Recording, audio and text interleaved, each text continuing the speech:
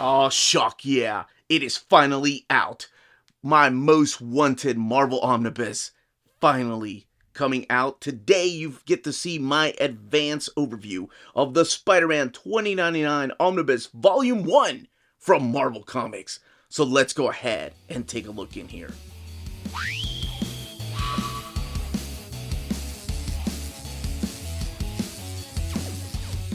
I can't believe the day finally came. Delay after delay, we finally get Spider-Man 2099 Omnibus Volume 1.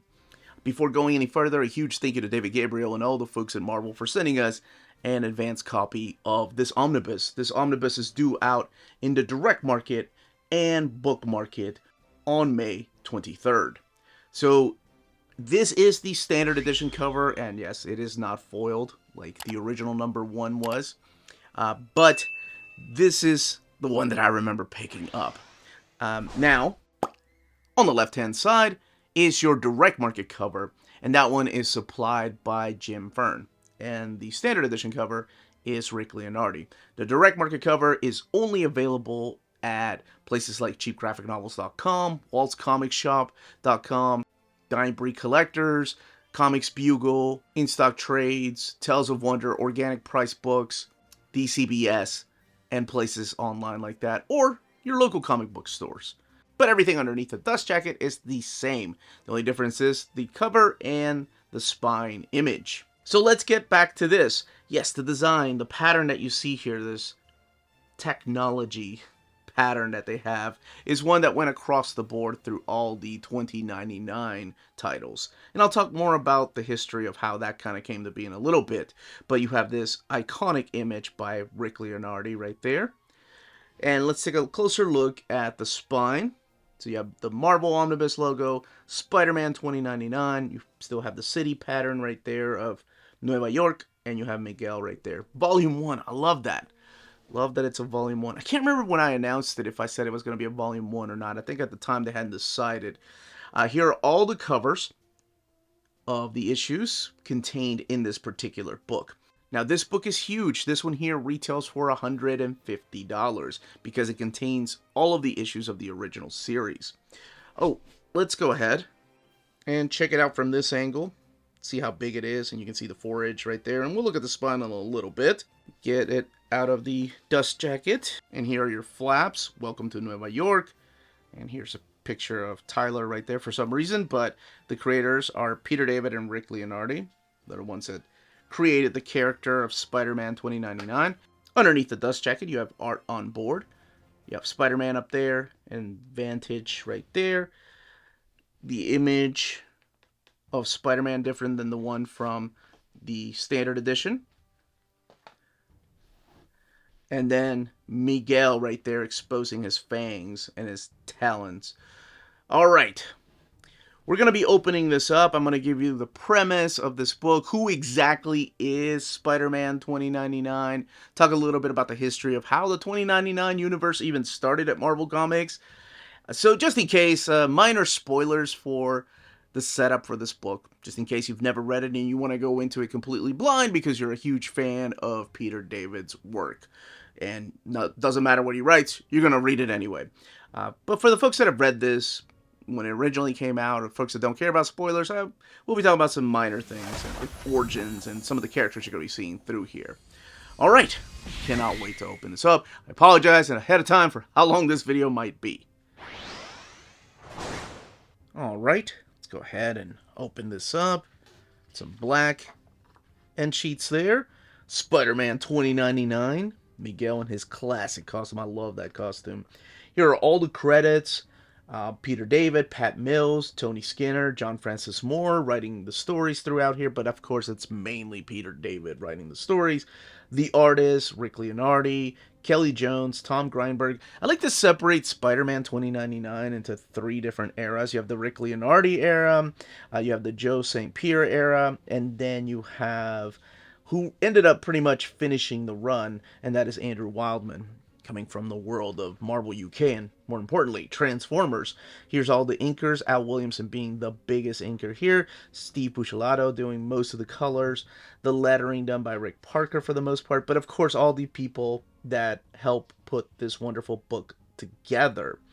So the assistant editors and editors at the time, Joey Cavalieri was pretty much the guy that put every team together for the 2099 world. Now I'll explain here in a little bit what that is. Here is your table of contents with Lila right there, holographic, I guess kind of like Amazon Echo or Siri, if you will. They were so ahead of their time.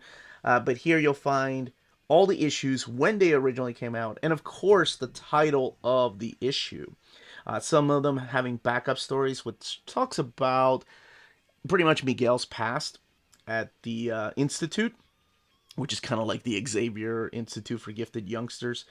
And the page numbers you're going to find all of these issues. And speaking of pages, this book has 1,384 pages. And we kick it off with this issue right here.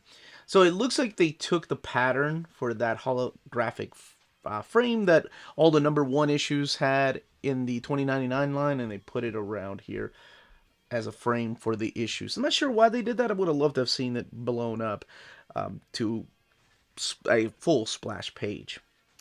So the idea behind 2099 actually came from Stan Lee. I think he was going to be working, what was it? John Byrne. There was an article written in Marvel Age magazine. This is why a lot of us are excited for Marvel Age, by the way. Because there's a lot of things that they showed in Marvel Age that never came out. So when that Marvel Age Omnibus comes out, for a lot of us, that's like, I remember this idea, or the original idea for this. So pretty much it was going to be a one-shot graphic novel showcasing this character named Ravage in the world of Marvel in the year 2099. Of course, that idea was scrapped, and later on he wanted to keep writing about it. He wanted to do something with it. So eventually he got together with Joey Cavalieri and pretty much set out what would become the 2099 line, kicking it off with Spider-Man 2099, and then eventually Ravage, the character he wanted to write about, Punisher, and Doom. And then later on it would expand from there. And that all started in 1992 with Spider-Man 2099. And the beauty of Spider-Man 2099, for anybody that has ever wanted to read this, is that it has really nothing to do with the original Spider-Man. So you don't have any legacy characters running around, for the most part. And when you get to reading this, you're going to be like, oh, wait, that's how it ties back to that character. Without going into spoilers, there are some connections, but I consider those kind of like Easter eggs, really. But you don't need to know anything about Peter Parker other than the fact that he was Spider-Man, and that's it. So I'll talk about the story here in a little bit, but first let's talk about what's collected in this big book. This collects issues 1 through 46 of Spider-Man 2099. So the entirety of the series, all of it, all the way until it was, I hate to use the word canceled, but that's really what happened. Canceled with the 46th issue. And then annual #1, it also contains all of the Fall of the Hammer crossover. So you've got Ravage 15 in here, and this is 2099, by the way. X-Men 2099 #5, Doom 2099 #14, Punisher 2099 #13, and then the one shot that everybody wanted, Spider-Man 2099 meets Spider-Man, our 616 universe Spider-Man, and that's collected in there. And then that's the special. So when I said 616, I'm sure a lot of people are like, wait, isn't Spider-Man 2099 still in the 616 universe? So for those of you that don't know, the 616 universe is what was established to be the Marvel universe, the mainline universe, the universe that is canon. Everything outside of that, like the multiverse or the Spider-Verse, if you will, where Spider-Ham and a bunch of other characters like Spider-Gwen, they come from a different universe, and they're all given their own Earth number. For the longest time at Marvel, and as readers, we knew that Spider-Man 2099 was actually the future of the Marvel universe. It wasn't until years later that they decided, no, it's not. It's a possible future, sort of like Days of Future Past. So it's going to have its own universe. So now it's known as Earth 928 instead of the future of Earth 616.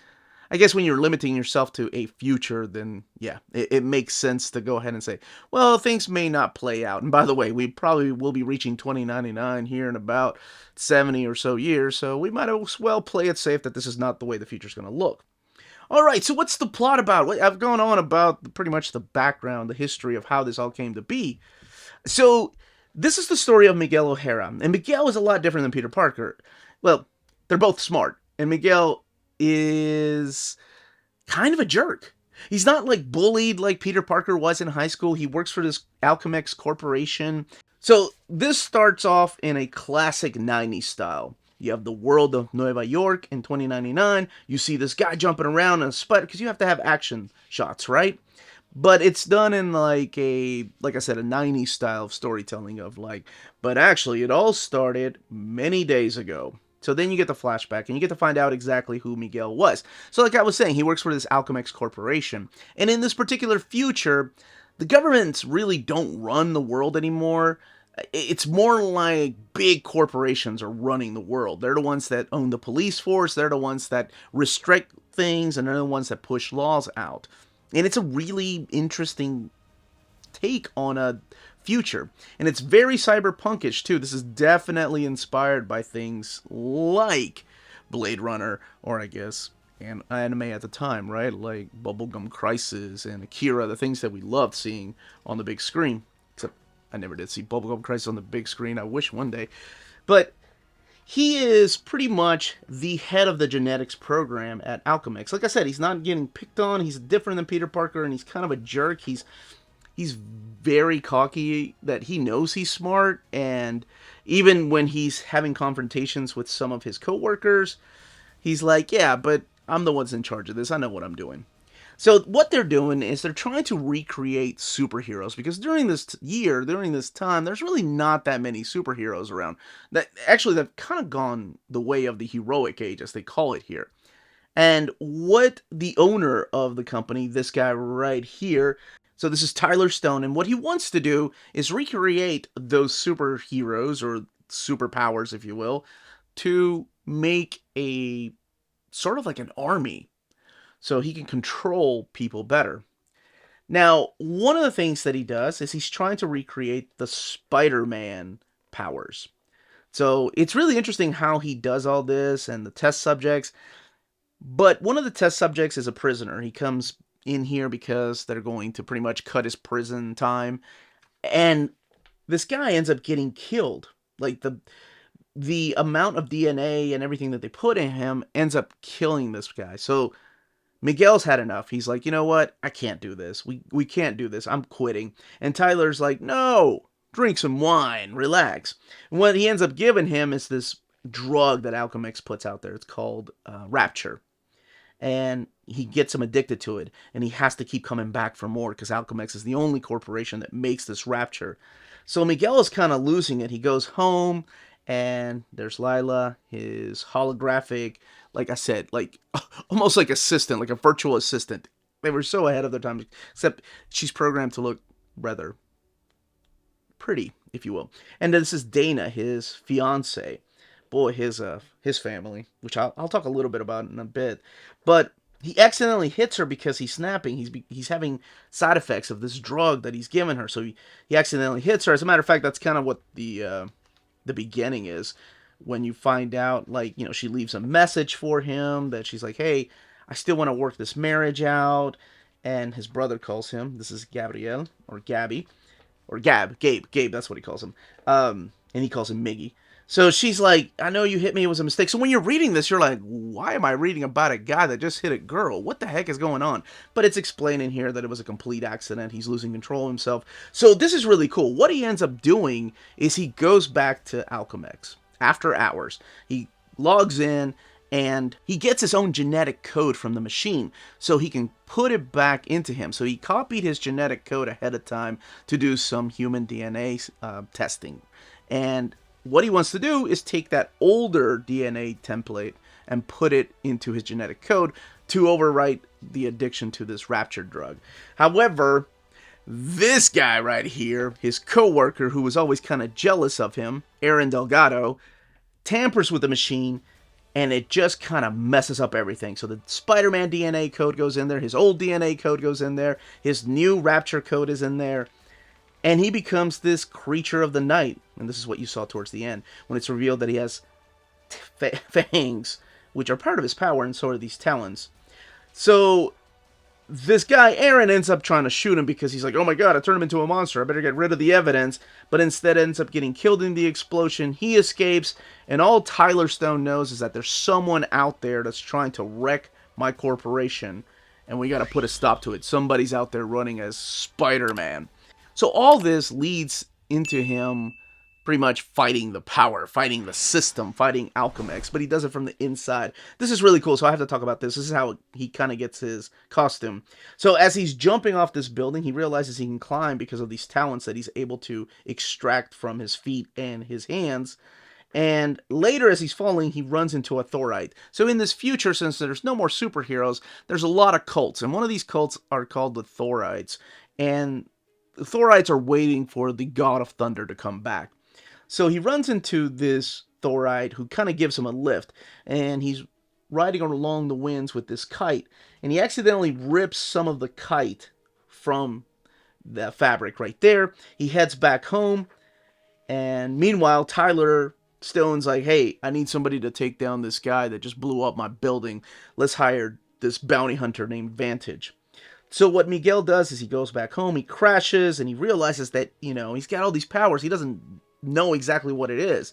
So he puts on this costume that he wore to the Day of the Dead. And this is really cool because in the future, this is accessible to everybody apparently, but it's unstable molecule fabric. It's the same thing that the Fantastic Four use. It stretches, it can't really break, it takes all kinds of heating, like anything you throw at it, it doesn't break.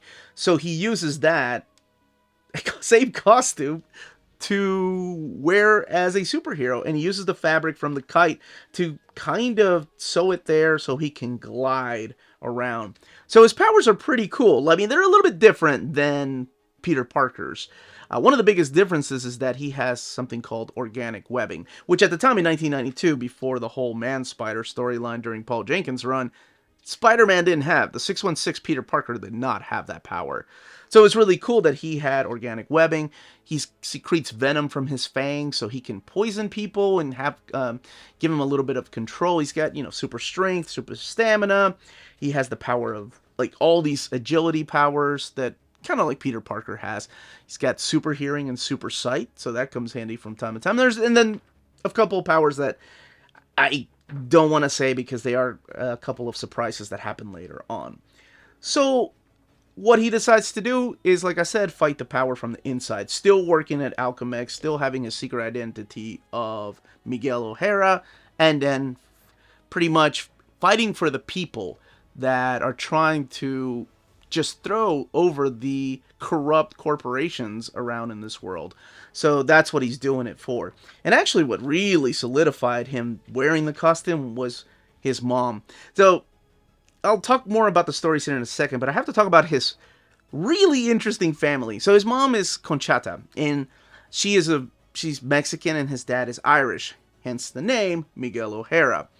And I love the way that she treats him because it kind of reminds me a lot of the way that my mom treats my brother and I. Conchata's kind of a badass, and so some of the approaches that she does later on. So the relationship between him and his brother, yeah, you'll see characters like this, which I'll talk about in a little bit. His brother Gabriel, that he calls Gabe, is very interesting because they both dated the same girl, and now he is going to marry his brother's ex-girlfriend, Dana. Now, he had another girlfriend that you get to find out from his past, Xena, and she comes to play later on, and then there's this whole love triangle. Dana's like, you're cheating on me with her because you're spending more time with her. And Miguel's like, no, she's the one that programmed Lila, his virtual assistant. So he has to she's the only one that can fix her. And, oh man, there's all kinds of drama. I mean, what is a superhero, especially Spider-Man, without lady troubles or drama in their lives? So yes, Xena later comes back. What's her last name? Xena Kwan. But I love that. Now, there's a big revelation later on that his mother just drops this big bomb on him about I'll leave that alone. Never mind. There's something big that his mom just tells him, and you're like, whoa, what the hell?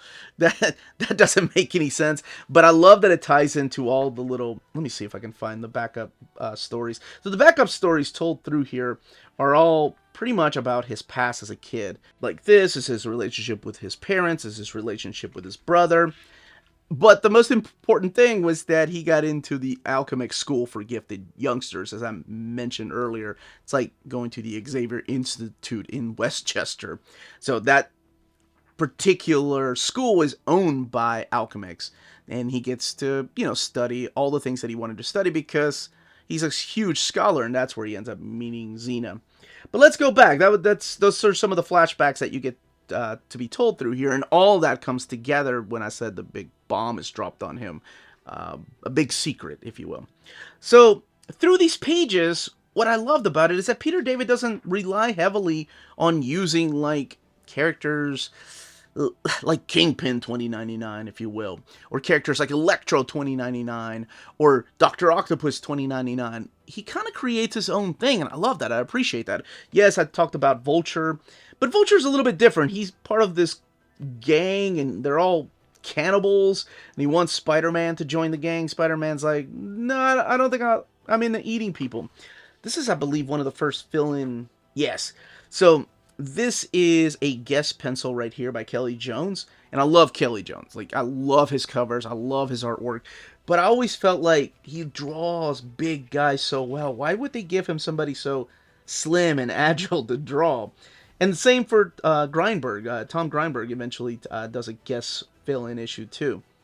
But Rick Leonardi does, like I said, what I like to call 3 different arcs. And he also does the meeting of Spider-Man 2099 and Spider-Man 616, are Peter Parker. So yes, this is the Tom Greinberg issue right here. See what I mean? He draws big guys, so I don't know why they decided to give him this particular issue. But I'm a big fan of his work, so it's always good to see him draw stuff. So even though there's not a lot of those characters, there are some like Vulture, and you'll see Venom in here, and you'll see characters like Strange 2099, but it's a twist on the character. So I have to talk about The Fall of the Hammer, which is the only crossover that happens through these pages. And The Fall of the Hammer is this particular story where, again, it's alchemists playing with people, and they build this floating city above Nueva York called Asgard. Kind of reminds me of Typhrates, the city in Battle Angel Alita. And 2 gods appear, or 2 people claiming they're gods, Thor and Heimdall. And this, I'm sorry, it's not called Asgard, it's called Valhalla. So Spider-Man's like, wait a minute, these dudes are here? They can't be Thor. Now, the Thorites are losing it. They're like, yes, our Thunder God is back. Now, before that, we were introduced to a couple of other characters. One of them was Thanatos, who actually had this guy right here, who kind of precede the story of Fall of the Hammer, kind of opening the door for there could be gods out there. And it's really cool about this character, Thanatos, is that his actual story comes back in the Peter David Captain Marvel run, which is going to be collected in omnibus format. So that story kind of wraps up his real origin. And there's a little bit of a twist with that character. There's also the Net Prophet, who becomes like Spider-Man's ally, if you will. And he also has a revelation in that Captain Marvel run. But Fall of the Hammer was a big crossover. It was the first one of its kind for the 2099 universe. We had stories continue from Spider-Man and went over to Ravage. So you got to read a little bit about these characters if you weren't collecting it. And I was only getting Spider-Man at the time, and then of course X-Men, because I'm an X-head, and Doom. Those were the 3 2099 titles. So I wasn't picking up Ravage, even though it was Stan Lee at first that was writing the character. Ron Lim doing the artwork here for X-Men. And then I loved Doom, because Doom himself has a little bit of a secret that I appreciated the twist on. This one's written by John Francis Moore. But yeah, it's all about Asgard. It's all about these gods. You'll see Loki. And then, of course, the twist. Like, what exactly are these gods doing here if they were all done away with? And it's a team-up of Punisher and the X-Men and Spider-Man and Doctor Doom, or just Doom, and Ravage. And they have to fight Valhalla and watch it fall. And why exactly? So Yeah, these are the backup stories right here. This is the virtual reality story, when he has to wear that ridiculous outfit. I think that is the last of Rick Leonardi's run, though, because then John St. Pierre eventually takes over the book.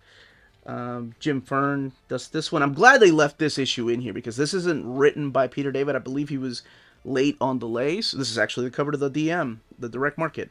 But he was running late on some scripts, so Ian Edgington wrote this story, and Jim Fern drew it. So I'm glad that it's all in here and it's intact. Oh, there's the Rick Leonardi stuff. So I think, yeah, we're towards the end of his particular era. And it's always a fill-in artist doing the backup stories, too. So later on, you'll see this is the John St. Pierre era now that we're about to start. The Return of Vantage there. And I really like a lot of John St. Pierre. Pierre, I believe? I've been saying it wrong the whole time. I really like a lot of his poses and a lot of his layouts. Backup stories, and of course, a guest penciler. Now, he doesn't stick around very long, but the man that does end up finishing the run is Andrew Wildman. So I think this is like the third act of Spider-Man 2099. So eventually, because of the popularity of Venom, he does get to fight a Venom of that world. And does it have ties to the original symbiote? What ties does it actually have to Miguel?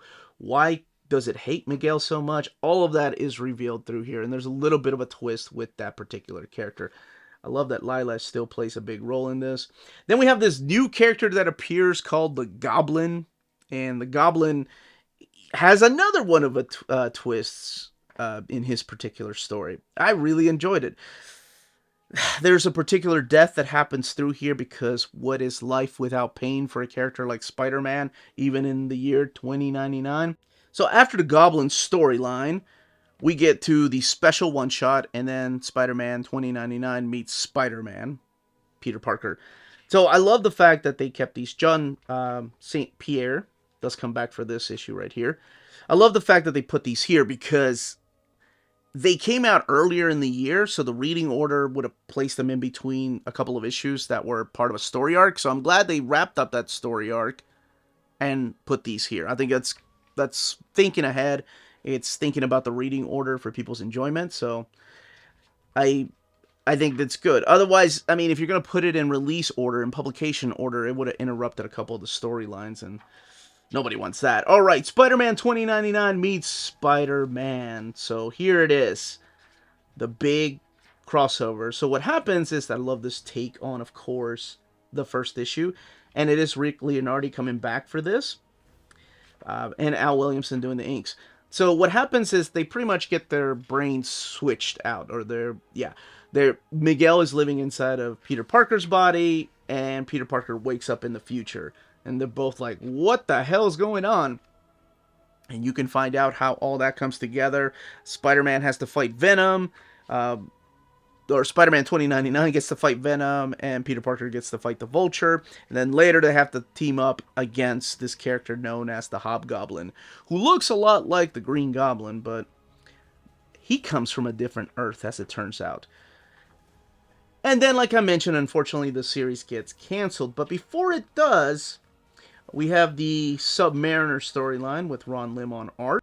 And then you see a lot of other 2099 characters. So for the last two issues, so issues 45 and 46, Peter David stepped away.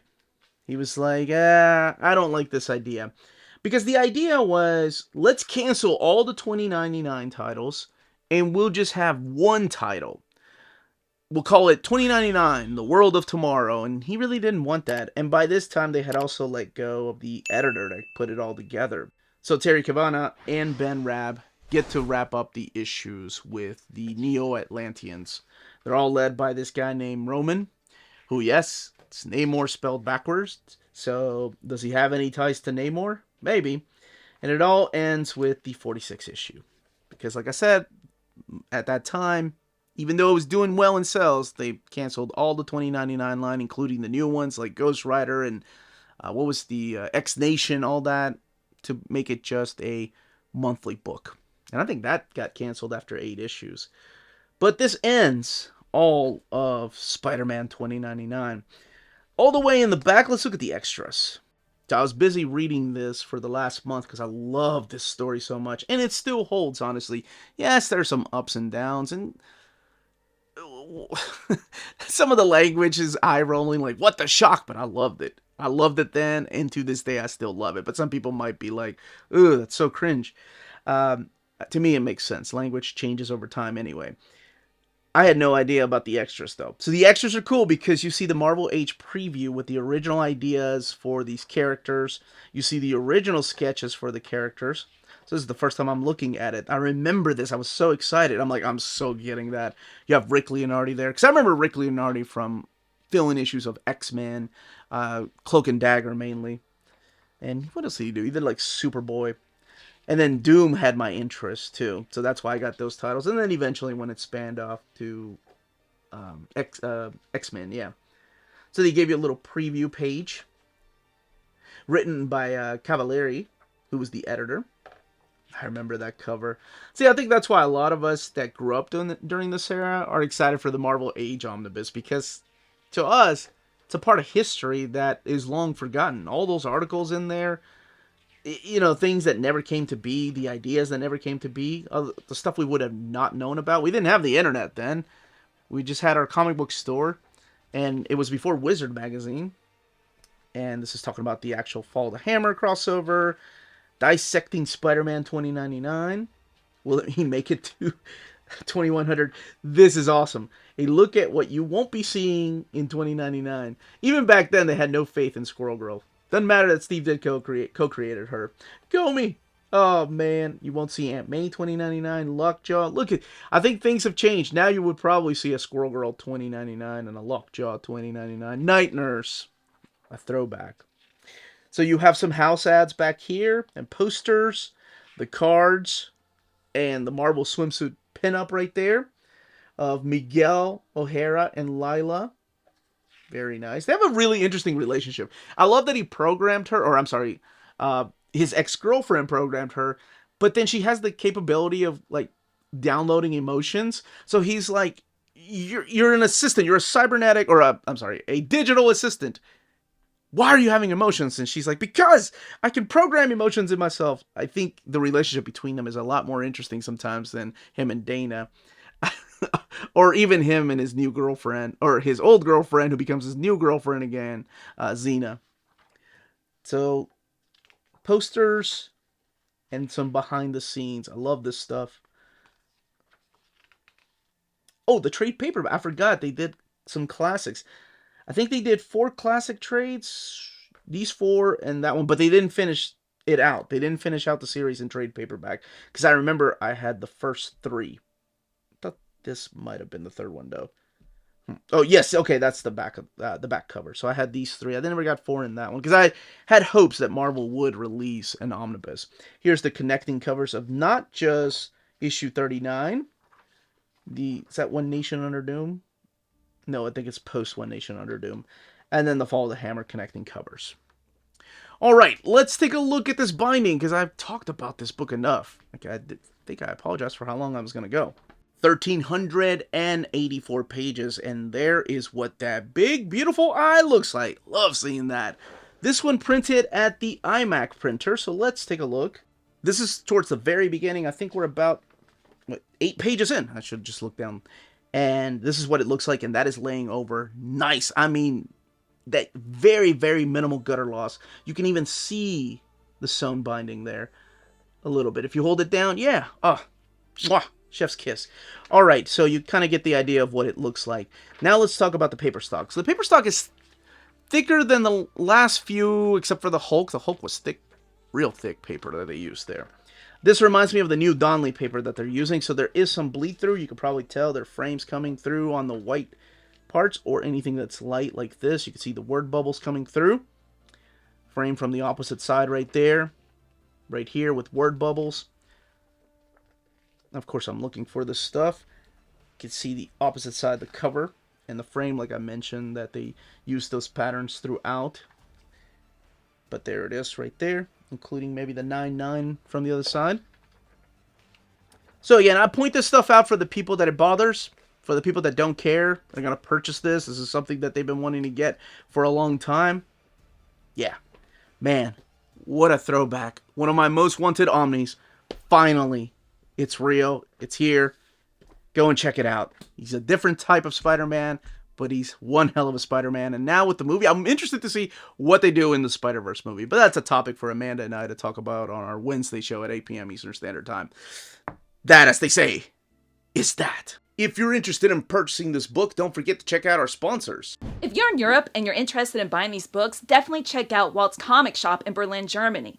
They have the cheapest pre-order prices, flat shipping rate of €12 for all EU countries, emails answered within 24 hours, waltscomicshop.com, and you can use the code nearmintcondition at checkout and get free shipping for all EU countries with your first order over €40. That's Walt's Comic Shop, your reliable source for omnis and premium collected editions in Europe. Ding! CheapGraphicNovels.com, your online home for graphic novels and collected editions up to 50% off cover price. They have excellent shipping and prompt and helpful service. Check out their bargain deals for up to 90% off cover price. And don't forget that CGN also takes pre-orders. That way you don't miss out on the hottest releases. And they are currently running a special promotion for you Minties. If you're a first-time customer, after receiving your order confirmation email, reply back to that email and let them know Near Mint Condition sent you their way. They will then apply a free shipping promotional credit to your next order in the US. Cheap Graphic Novels, your source for the hottest books with the kind of deep discount, quality shipping, and customer service that will keep you coming back for more. And that was the content, the page count, and build of this omnibus. Let me know in the comments down below if you've read Miguel's adventures when it was originally coming out, if you read them in trade paperback, what you think about those particular stories.